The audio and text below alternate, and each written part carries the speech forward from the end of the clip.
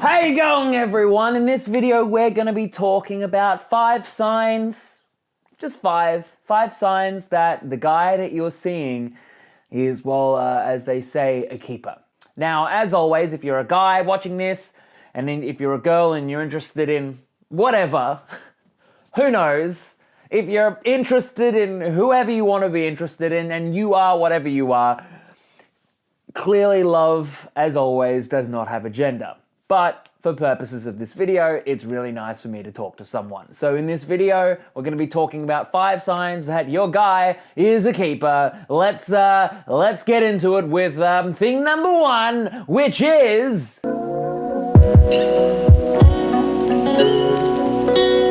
So thing number 1, or sign number 1 that your guy is a keeper is really, honestly, it comes down to this, and it's really, I have to say this, is he going on dates with you? Because if the relationship is purely sex, then hypothetically, you've got what we call a fuck buddy. And that's not bad if you want that. But if you're looking for something more on the romantic spectrum as well as the sexual spectrum, then generally speaking, you're going to want to spend quality time together. Now, this means quality time outside the house. Anything that's outside the house, you could consider a date. And some people could consider inside the house a date as well. But generally speaking, dates are where we share our lives. You know, we share experiences, we create new experiences, for example.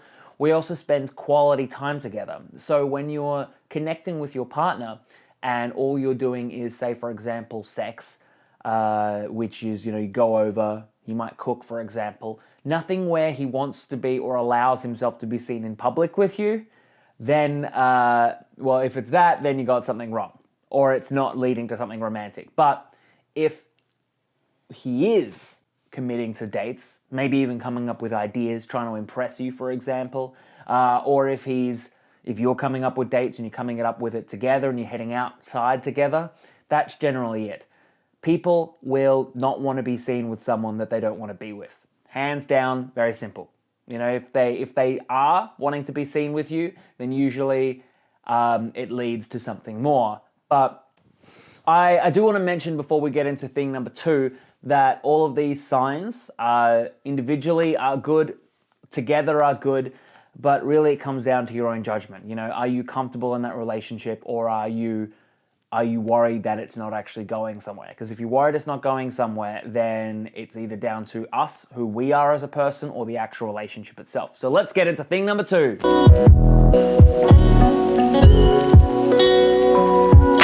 So thing number 2 is actually a real big thing.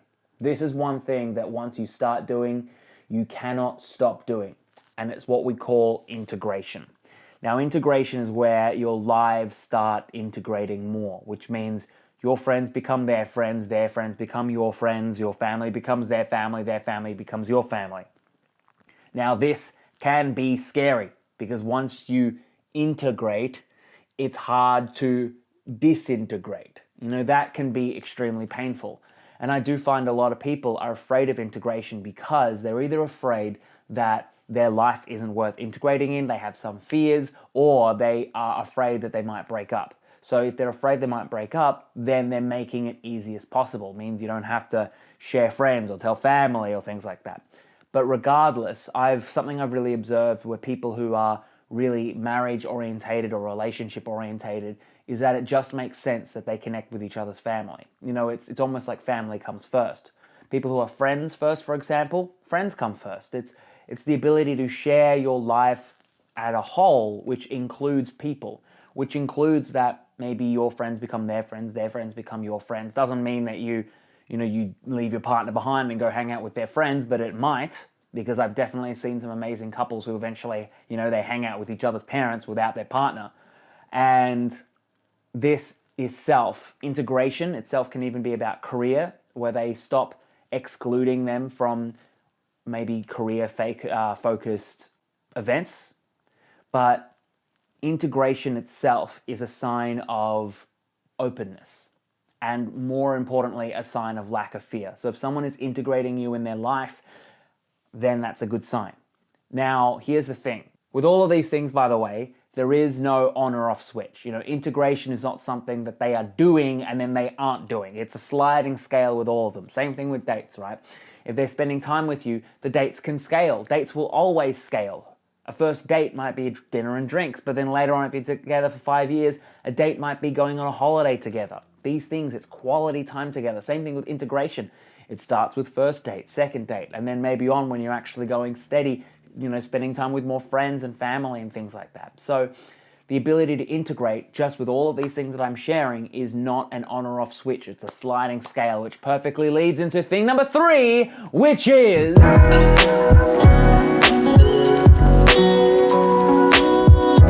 So thing number 3 is the idea of sharing emotions. And I really do mean sharing emotions. Some people are afraid of sharing, some people aren't. But as you two come closer together, I think, and I really believe, that dating and relationships is honestly one of the most intense spiritual and self-discovery processes you'll go on. Because it's like you need to connect with yourself in order to connect with your partner. And while you're connecting with your partner, sometimes stuff comes up. You're like, honey, I told you to get the milk. Why didn't you get the milk? But really, it's not about the milk. It's about something else that has happened that you haven't spoken about or that we've suppressed ourselves. So the concept of sharing, again, it's a sliding scale. What is it sharing? On the first date, it might be sharing some experiences. When you're together for a longer time, it might be sharing some deeper vulnerabilities about your childhood. The ability to connect with oneself is your ability to connect with your partner. So simultaneously, as you two more connect, you will find that your partner is connecting with themselves. They will be sharing more with you emotions. And you might say, but then we can play into gender stereotypes. Men don't share, women are the only ones sharing or whatever, which is total bullshit. People have emotions, people share regardless of their gender, orientation, sex, whatever. So this is just something that happens where as you go further down your relationship, you will be sharing more. And so I see it as a sign. If your partner is sharing something new with you, or even sharing the same thing and repeating themselves, allow them to. It's a great sign. It's a celebrate that. Give yourself a pat on the back. You're like, yeah, this is going forward. And it will be going forward as you connect, because you cannot connect without sharing time anyway. So what are you going to talk about? You might as well talk about each other. Now this leads into the next thing, which is...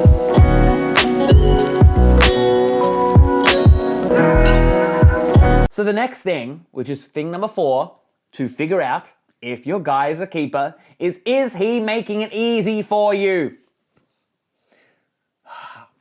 This is such a big thing that I almost should just be like, this video is titled, one sign that he's a keeper.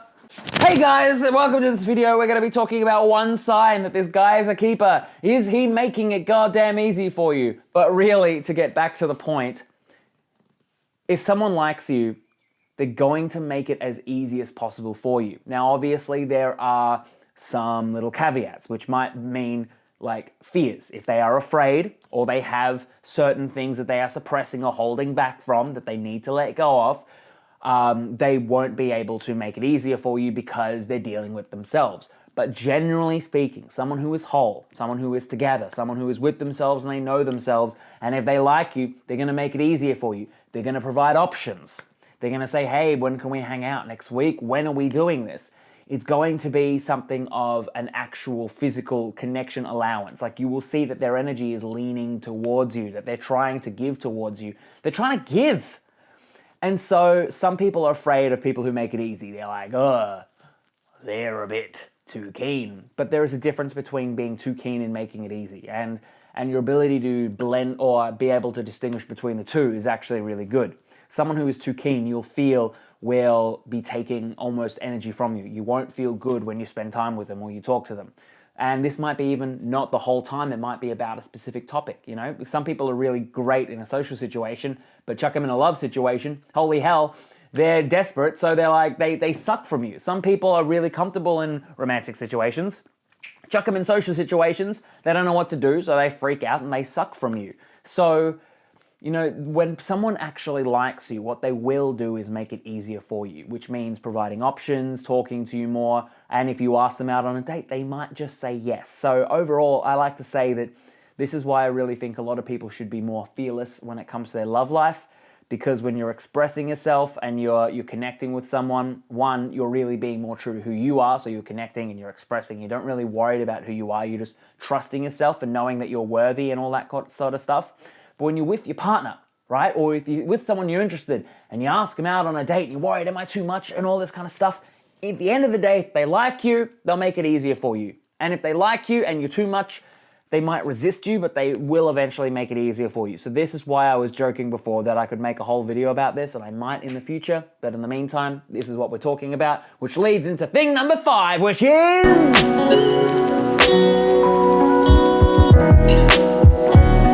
So thing number 5 is, are they attentive to your needs? Now, this is a big thing, right? This is a big thing, because sometimes in relationships it's give and take.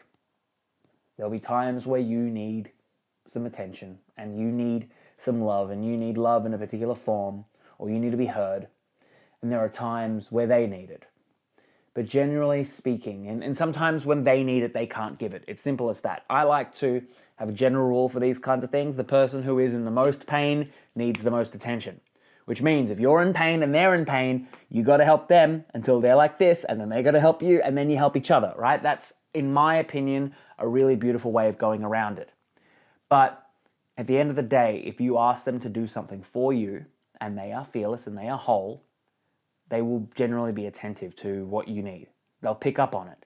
Because when two people are really in sync, and this is more about your connection than is he a keeper, but when two people are in sync, the connection can almost be psychic. Like you have an extra sensory perception of each other, where you can read each other at such a deep level, and you almost precognize each other's movements. And I love seeing that. I think it's absolutely amazing. You know, one partner might say, oh, I wish they brought me a coffee, and the other partner is bringing them a coffee, for example. And they just had the idea, they were inspired to. It's because they know each other so much that they can tell that maybe they're going to want a coffee at this point in time. And so, you know, you can relate it to a psychic connection. You can say it's metaphysical, vibrational, all this sort of stuff, or maybe just you've conditioned each other's minds. There are many ways to explain it. But usually they're going to be attentive to your needs. They're going to know what you want as well, because they're going to be paying attention to you. All of this comes down to, are there openness to you, or are they paying attention to you? Because if they really like you, they're going to make it easy for you, and they're going to want to spend time with you, and they're not going to be afraid of being in public with you. But if they are dealing with themselves, if they're healing, if they're having a lot of problems, or if just like life, you know, life has tides. Tide goes in, tide goes out. Sometimes tide goes in. Sometimes you can have a giant tide in. I've spent a lot of my life personally with a big tide in, so now I'm in a phase, and probably the phase will last the rest of my life, where tide is going out. But what happens is sometimes when the people is tied in, when they're dealing with their own life and their own emotions, they can't deal with someone else. So they don't have a lot of energy to give, because their energy is used dealing with their own emotions. When we suppress emotions, we feel bad about ourselves, that takes a lot of time. So with all these things, imagine the exact opposite. They're not going to want to spend time with you or go on dates because they don't have the energy to. They don't have the mental, emotional capacity for it. Which might mean it goes to fuck buddies, which might mean that's how they love you. They might not be able to integrate with you or integrate with your life because they don't have the energy to give, because their energy is dealing with themselves, trying to heal. They might not be able to share their life with you because they don't have much of a life to share. They might not be able to make it easy for you because they themselves are having a hard time, and they might not be able to be attentive for you because all their energy is spent dealing with themselves. So I want you to be able to perceive your partner or anyone you're interested in. Even if you're single, going out, being like, hey, I want to meet some people. You know, when you're dealing with even that, you'll be able to see, like, straight away, usually within seconds, if you are clear of mind, if you've let go, if you're feeling yourself, if you are whole, you'll be able to see within seconds. You'll be able to walk through a crowded situation and read the room and see who wants to talk to people, who wants to be left alone, who is whole, who is not, who wants to dance, who wants to party, who wants to love, who needs love, who wants to give it. And then you realize that we're all in the same boat together. We're all looking for love. And that we're all trying to give it in the ways that the best we know how.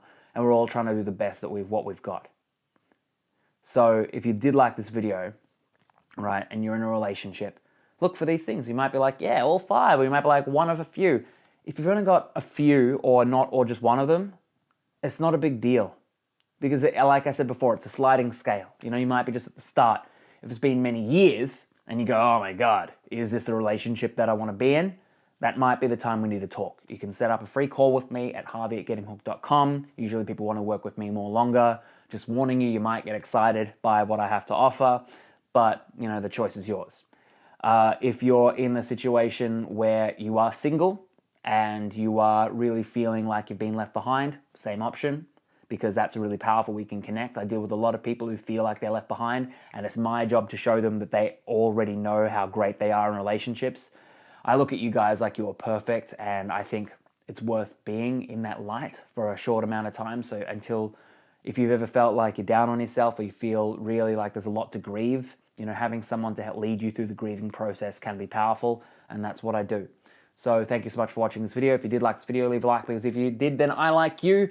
And if you're a fan and you watch all my new videos, please let me know if you like the new format. The new format is me just talking and doing it, not a lot of editing, and a lot more videos as well. So if you do like this, also I'm doing like the whole premiere thing where I can schedule a hell of a lot of videos in advance, just like this one. So if you did like this video, share it with all your friends, and if you hated this video, share it with your enemies, and I'll talk to you soon, and if not sooner.